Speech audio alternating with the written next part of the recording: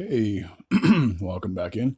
I'm going to be taking a quick review from last night's action, which would have been Friday, the last day of January. There are only 4 games on tap, so shouldn't take too long.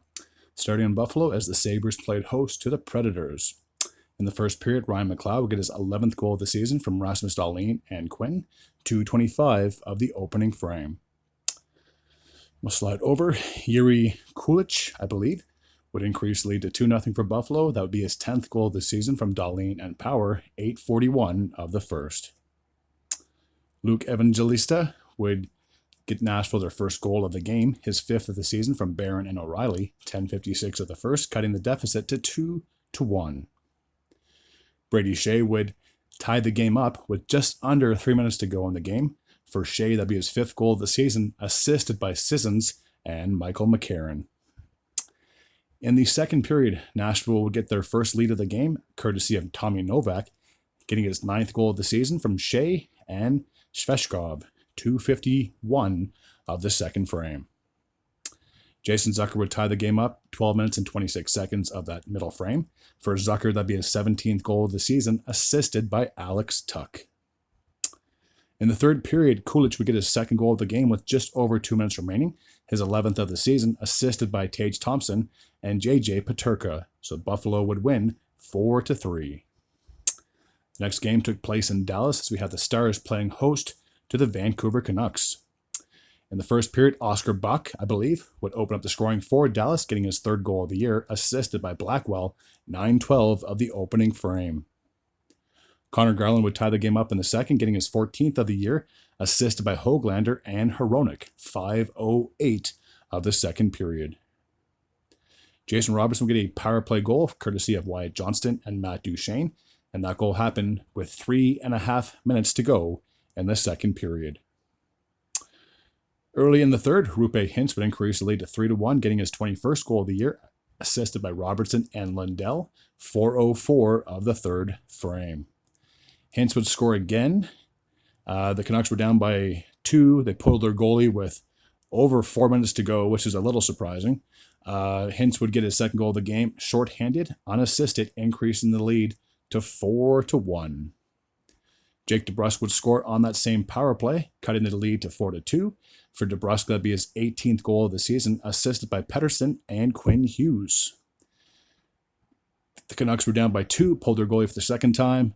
Jason Robertson will get his 2nd goal of the game, his 19th of the season from Harley and Hintz, and that goal happened with 53 seconds to go in the game. Carson Soucy would then give the Canucks their 3rd goal of the game, his 2nd of the season from DiGiuseppe and Heinen, and that goal happened with just 4 seconds remaining on the clock. So had the Canucks not given up any empty net goals, it could have possibly been tied because they did give up 2 empty netters, but unfortunately it was too little, too late. Dallas would win. The Colorado Avalanche played host to the St. Louis Blues. Jonathan Drouin, haven't heard that guy's name in quite some time, will get his 5th goal of the year, assisted by Parsonen and Middleton, 4:57 of the first period. Martin Necas would get his 2nd goal since being acquired by the Avalanche. I do believe that'd be his 17th of the season from Devin Tays and Arturi Lehkonen, 7:39 of the opening period. Drouin would score again on the power play, getting his 6th of the season unassisted, 14:43 of the first. So the Avalanche had a 3-0 lead, and still in the first, I thought that they already only got 3 goals in the first. They got 4 goals. Cale Makar would get his 19th of the season on the power play from McKinnon and Drouin, and that goal happened with 2:35 to go in the frame. Now, I just want to scroll over just to make sure. So yeah, there was no scoring in the second. Late in the third, but with 6.5 minutes to go, or 6 minutes and 39 seconds to be exact, Joel Kiravanta would get his 11th of the season unassisted, so the Avalanche would shut out the Blues 5-0. And the last game took place in Utah as the Hockey Club played host to the Columbus Blue Jackets.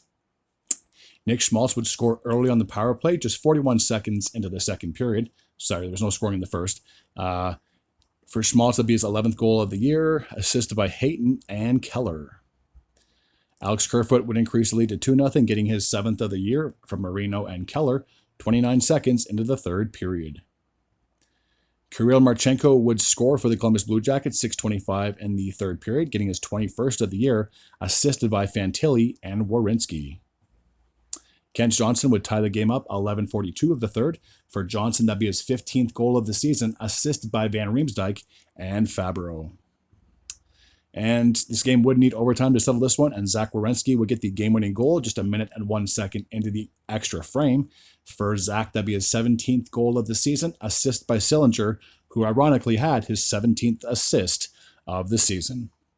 So we'll take a look at the standings. So at the end of January, I'm going to scroll over here so I can try to make this a little bit more even. Just bear with me.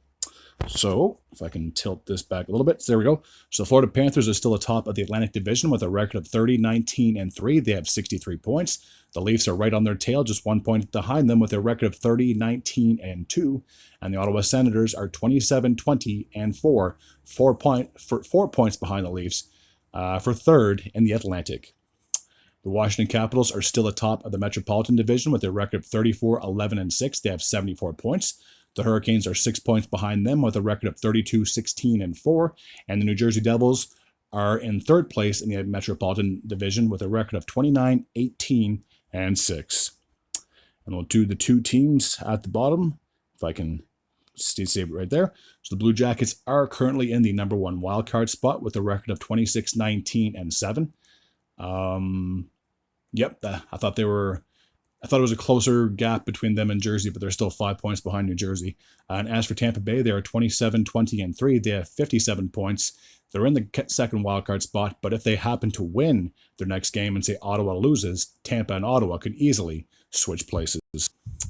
And rounding out the rest of the Eastern Conference, we have the Boston Bruins. They are 25-22-6. They have 56 points, just 1 point behind Tampa. Detroit is 25-21-5. They have 55 points. They're 2 points out of a wild card spot.